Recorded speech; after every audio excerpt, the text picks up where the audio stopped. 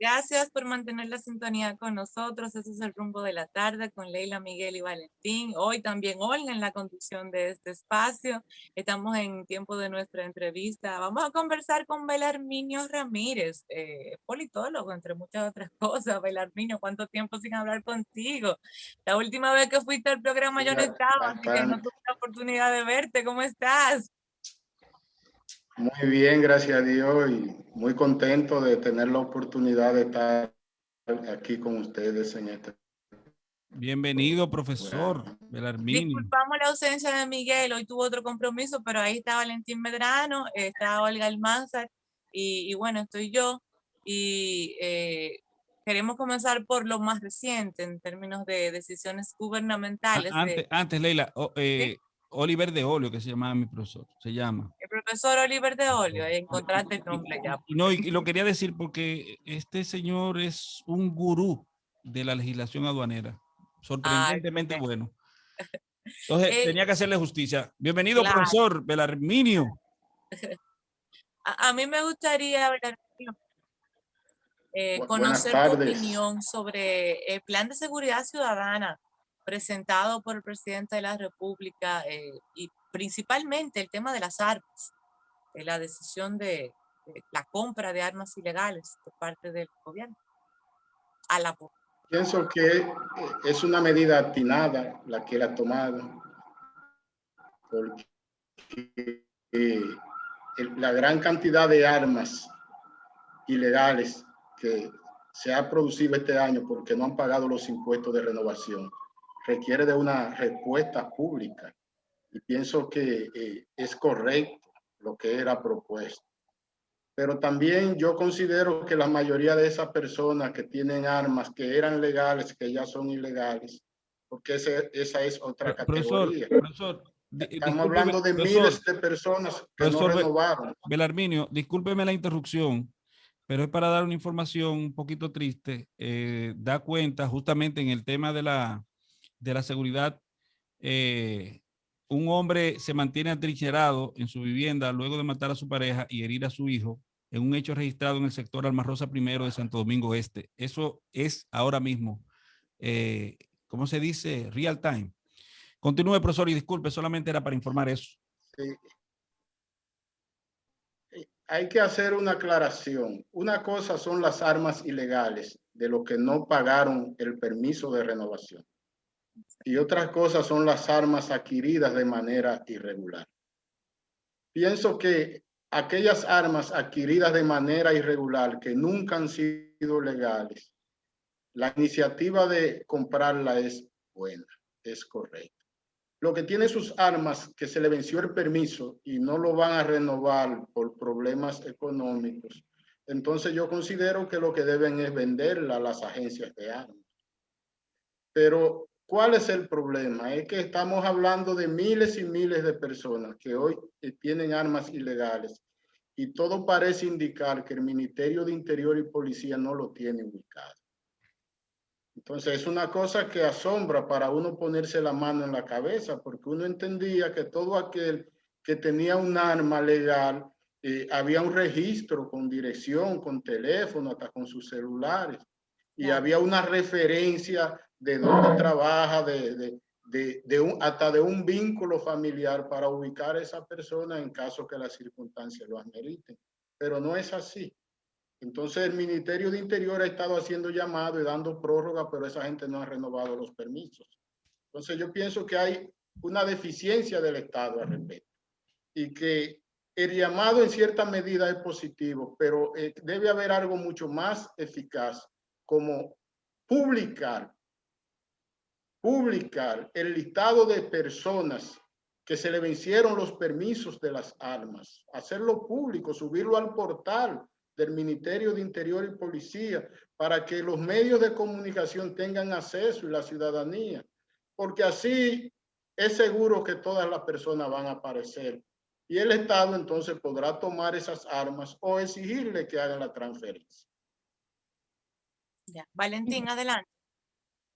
No, justamente, profesor, yo veo como que hay cierta, con respecto a las armas de fuego y la compra, hay una situación que que no va a poder comulgar con el interés que tiene el presidente de la República, que es justamente aquellas armas de fuego que hayan tenido un histórico de participación en hechos lamentables de sangre, y que por vías de consecuencia tenga que ser remitidas al Ministerio Público para formar parte del cuerpo probatorio tendente a la consecución de la determinación de responsabilidad penal con respecto a personas imputadas de esos hechos, de esos procesos. Pero también la vulnerabilidad que nosotros tenemos por nuestra condición insular compartida y una frontera con muchas debilidades respecto al trasiego y tráfico de armas que vienen desde Haití y que por vías de consecuencia, con el anuncio hecho por las autoridades, ya van a tener la facilidad de ser vendidas ipso facto.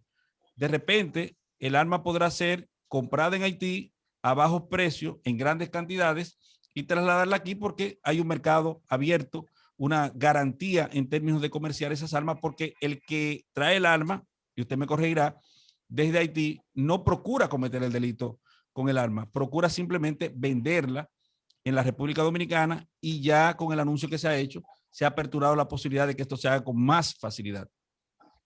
Pero la venta se hace con mucha franqueza. Por ejemplo, hace un tiempo que en Elías Piña, en el Parque de Comendador, había un punto que vendían las armas. Entonces, era un haitiano el que vendía las armas. Tú te le acercabas y él te preguntaba, ¿hembra o macho? ¿Hembra o macho?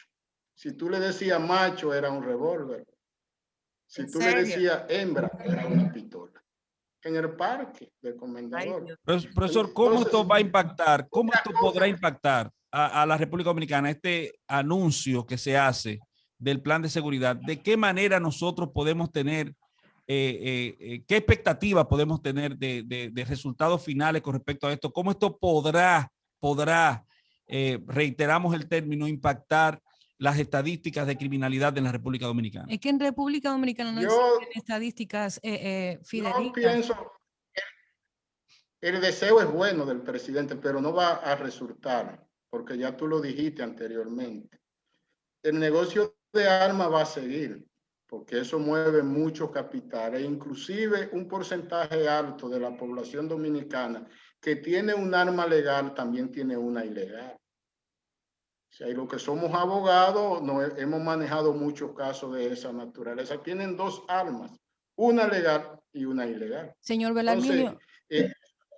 Eso es algo cultural que yo pienso que la intención es buena. Por ejemplo, en 1991 hubo una iniciativa del cardenal López Rodríguez y abrió su oficina en la catedral. Y allí fue un almacén de armas que él consiguió, armas inclusive de alto calibre, en 1991. Pero ese era un momento muy distinto a este, porque veníamos de una guerra fría y habían sectores de izquierda y de ultraderecha que tenían armas porque pensaban que aquí se iba a armar una guerra. Señor Belarminio, Olga Almanza de este lado, bienvenido. Hola, Olga. Le quiero hacer una preguntita. ¿Usted considera, el mismo presidente de la República, Luis Abinader, en el momento en que anunció el Plan de Seguridad Ciudadana, establecía que por cada arma legal hay entre 1 y 3 armas ilegales? Y una de las inquietudes que surge es una persona que sabe que tiene un arma ilegal y sabe lo que eso implica, ¿va a tener la iniciativa de ir y entregar el arma solamente porque hay una motivación económica de por medio? ¿O esa iniciativa, qué impacto puede tener real en conseguir armas que andan circulando sin la debida documentación? ¿Eso realmente puede llegar a impactar hasta algún punto que se puedan recoger una cantidad X de armas? Hay gente que va a ir y va a decir, yo tengo armas ilegales, mírenlas aquí. Yo pienso que no. No van a conseguir muchas armas por esa vía. Hay otra vía que hubiese sido mucho más eficaz. ¿Cuál es? Le dan una recompensa a quien informa a la autoridad de quién tiene un arma ilegal. Pero ¿y cómo sería posible conocer cuando alguien tiene un arma de que no se va a saber quién dio la información? Así se consiguen las armas. Porque es que en los barrios, en los pueblos, tú vas a un pueblo pequeño y de un día a otro tú sabes te dicen todas las personas que tienen armas de fuego de manera ilegal. Hay otro mecanismo. Entonces, un Estado que tiene un DNI, que tiene la policía, un departamento de inteligencia, que tiene uno el ejército, uno no entiende tanta inteligencia y que no pueden usarla de manera eficaz para identificar dónde están las armas ilegales, porque es que en los pueblos eso es voz populi. O sea, en los pueblos, hasta en las beventinas y en los bares, te llegan con las armas enganchadas y son ilegales. Entonces, yo pienso que hay una deficiencia del Estado, hay una impotencia del Estado. Y la intención es buena, pero los resultados no van a ser buenos. ¿Y qué podemos hacer? Para que usted no piense que lo trajimos nada más a hablar de armas. Es un ejercicio de especulación, porque usted no es evidente, pero yo le he escuchado hacer como analista político excelentes proyecciones a futuro. El presidente Abinader entró en un momento muy sui generis a ser presidente de la República, el tema de la pandemia, y la situación de los otros partidos principales, el PLD y bueno, la Fuerza del Pueblo, están en este momento inmersos en un proceso de congreso, de recomposición. El tema es que ahora mismo, como esos partidos están enfocados en lo suyo, el presidente no está recibiendo realmente oposición. Y el presidente tiene la oportunidad ahora de casarse con la gloria con el tema de la jornada de vacunación. De hecho, está yendo muy bien porque estamos figurando como uno de los 3 países de América Latina que se va a vacunar completamente o el 75% lo que necesita según la OMS en el año 2021. Eso es muy bueno. Eso es muy bueno para el gobierno, para el país. Pero parecería que cuando terminen la Fuerza del Pueblo, el PLD, es decir, Danilo Medina, Leonel Fernández, de sus congresos y terminen su tema interno, van a salir estos 2 titanes con experiencia, con una gran capacidad de estrategia, ambos, entonces hacer su oposición a este gobierno encabezado por una persona que quizás no tiene esa experiencia y ese nivel de estrategia que tienen ellos. Partiendo de todo esto, ¿qué usted puede proyectar para este gobierno del PRM y el presidente Abinader? Bueno, lo primero es que es correcto dar una tregua al gobierno hasta que salgamos de la pandemia. O sea, es una actitud prudente del liderazgo de la oposición. Al gobierno hay que ayudarlo, porque salir bien de esto es de bienestar colectivo, es de interés nacional. Yo he dicho que este año 2021 debe ser utilizado por los partidos para renovarse, por todos los partidos. Hasta ahora solo lo ha hecho el PLD, que está en ese proceso, y la Fuerza del Pueblo, que es una organización nueva, que más que renovación lo que está haciendo es presentar sus estructuras de dirección, puesto que es un partido que va a tener que recoger firmas de nuevo. El gran reto en este proceso de renovación que urge en los partidos políticos dominicanos lo tiene el partido oficialista, el PRM. Porque es que el PRM es un partido que todavía no tiene una fuerte legitimidad en el tejido social.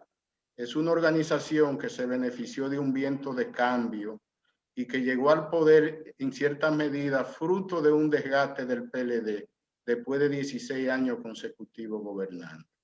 Históricamente, los partidos nunca han podido renovarse desde el poder en la República Dominicana. El Partido Reformista nunca lo logró y el PLD tampoco nunca lo logró. Entonces, ahora esa renovación que hacen estos partidos de oposición va a dejar en un punto complejo al oficialismo, puesto que de una u otra forma, porque el derecho electoral lo establece, van a tener que hacer un proceso de reestructuración. Y ese proceso de reestructuración hará que la base y la dirigencia media de ese partido le pase revista al gobierno y va a crear conatos de confrontación. Porque es que hay un disgusto muy fuerte todavía en las estructuras de ese partido, presionando para entrar al Estado y el Estado no tiene capacidad para asimilarlo. O sea, Leila, cuando la oposición ya tendrá su problema resuelto porque se reestructuraron, entonces el problema va a comenzar para el partido oficialista. que eso va a ser el año próximo. Señor Todavía no es momento para hacer predicciones electorales porque esto es muy temprano. No, claro. Pero en ciencia política hay tendencias que se dan. Por ejemplo, José Napolitán, que es el padre de la consultoría política del mundo, él siempre ha dicho que la continuidad de un partido, de un presidente en el poder, depende de la marcha de la economía. Si la economía marcha bien, casi siempre el que está se queda. Cuando la economía marcha mal, automáticamente el que está se va. Entonces, que no pasó con el PLD, porque la economía no marchaba tan mal.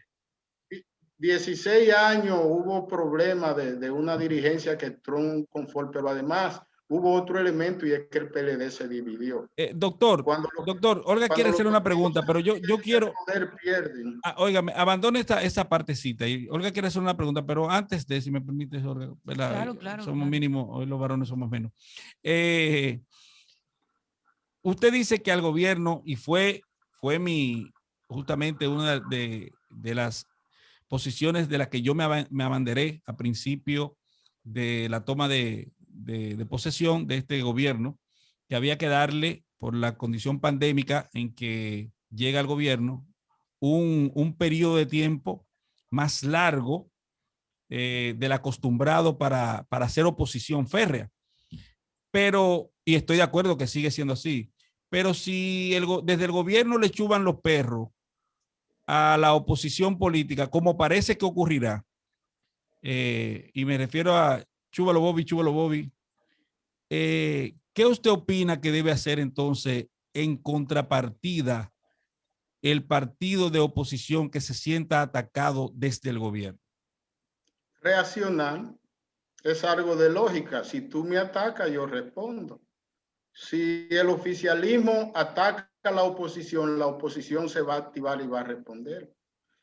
Por eso, cuando Abinader llega al poder, mi sugerencia inmediata era que él tenía que armar una especie de consenso de nación, unir al liderazgo político de la nación, liderazgo empresarial, liderazgo en sentido amplio, para que lo ayudaran frente a la pandemia y que lo ayudaran en la recuperación económica.